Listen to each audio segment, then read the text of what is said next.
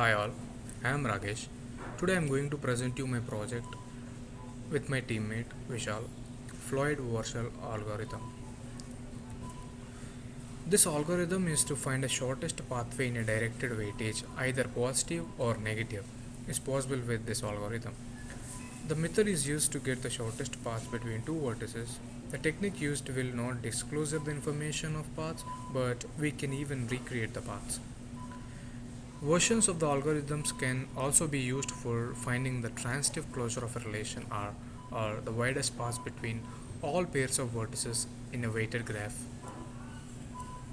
Suppose if we consider the shortest path problems, here we can make like two paths. One will be u, v, t, x and z of weight 29, and another possible path will be u, v, w, x, y and z of weight 16.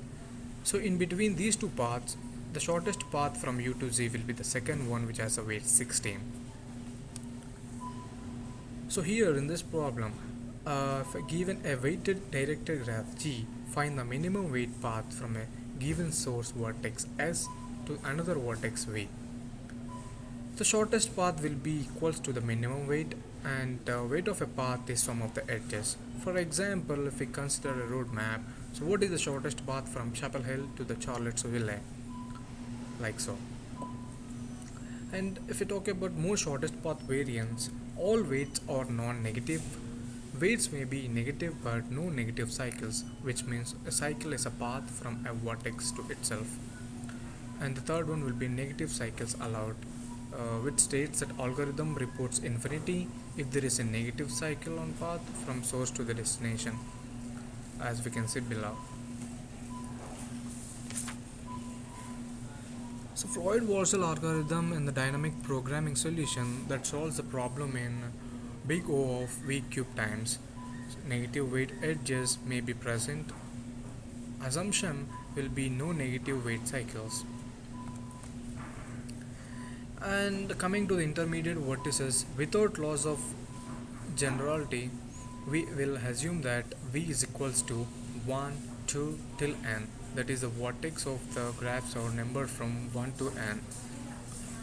Here given a path p is equals to 1, 2 till m in the graph, we will call the vertex k with k in 2 till m minus 1. That will be the intermediate vertex of the p. Here we can see the structure of the shortest path.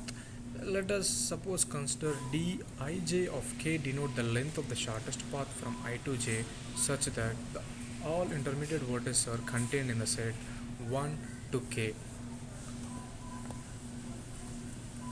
And if we talk about the remarks like 1 or 2, the first remark will be a shortest path does not contain any vertex twice, as this would imply that path contains a cycle. By assumption, cycles in the graphs have a positive weights, so removing the cycle would result in the shortest path, which is impossible. And if we talk about the second remark, let us suppose consider a shortest path p from I to j such that the intermediate vertices are from the set 1 to k.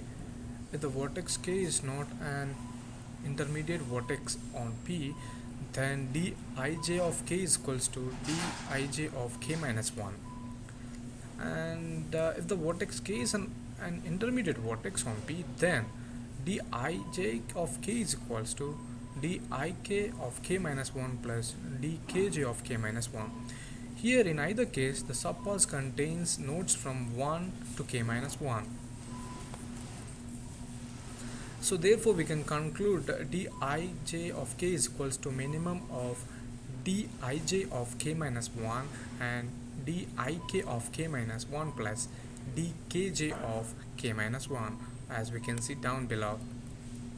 And if we talk about the recursive formulation, we have two conditions. If we do not use intermediate nodes, then when like k is equals to 0, then dij of 0 is equals to wij. And the other condition will be if k is greater than 0, then dij of k is equals to minimum of dij of k minus 1, dik of k minus 1 plus dkj of k minus 1. Only if if we take any intermediate nodes. And this is gonna be the algorithm for it. uh, and moving forward, if we talk about the time and space complexity, the running time is will be obviously O of n cube, but in this version the space complexity are high, so one can reduce the space from O of n cube to O of n square by using a single array D. So let me talk about a few examples to make it clear. So here at this step, k dij satisfies the criteria. So path begins at I and ends at j. So intermediate vertex on the paths come from sets 1, 2 till k. So in the first step, we consider like 1 as an intermediate vertex.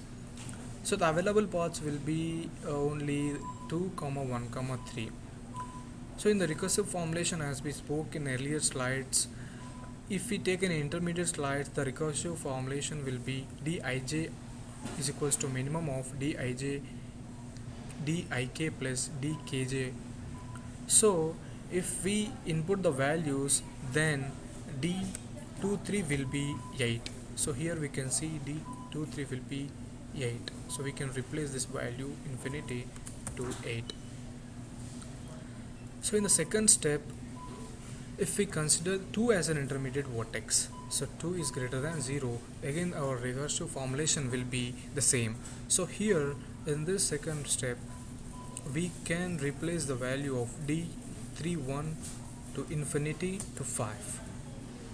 And the third step, we consider the same 3 as an intermediate vertex now, and the available paths will be only 1, 3, 2. So anyways 3 is greater than 0, our recursive formulation will be the same as earlier. So here, so d12 will be 7. So we replaced this infinity,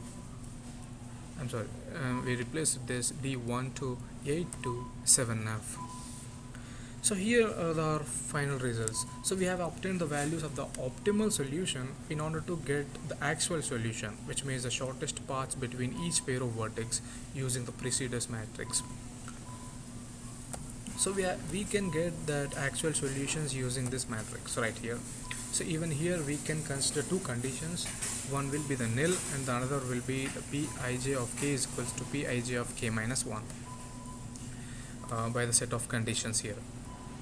So here to make it clear, we can see, so d23 is replaced by 8 in the step 1 and p23 is replaced by the 1 by using the precedence matrix right here.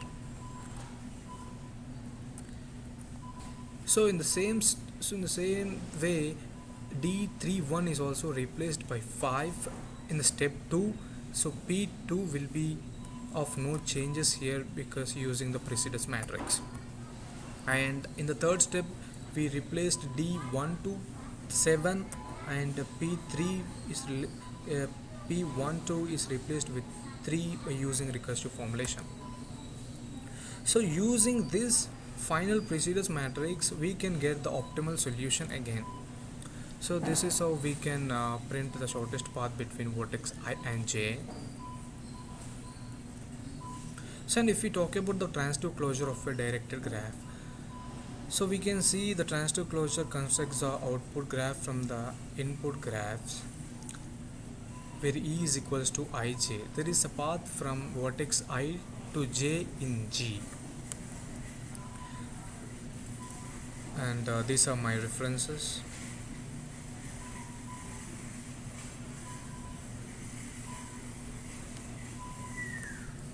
Thank you.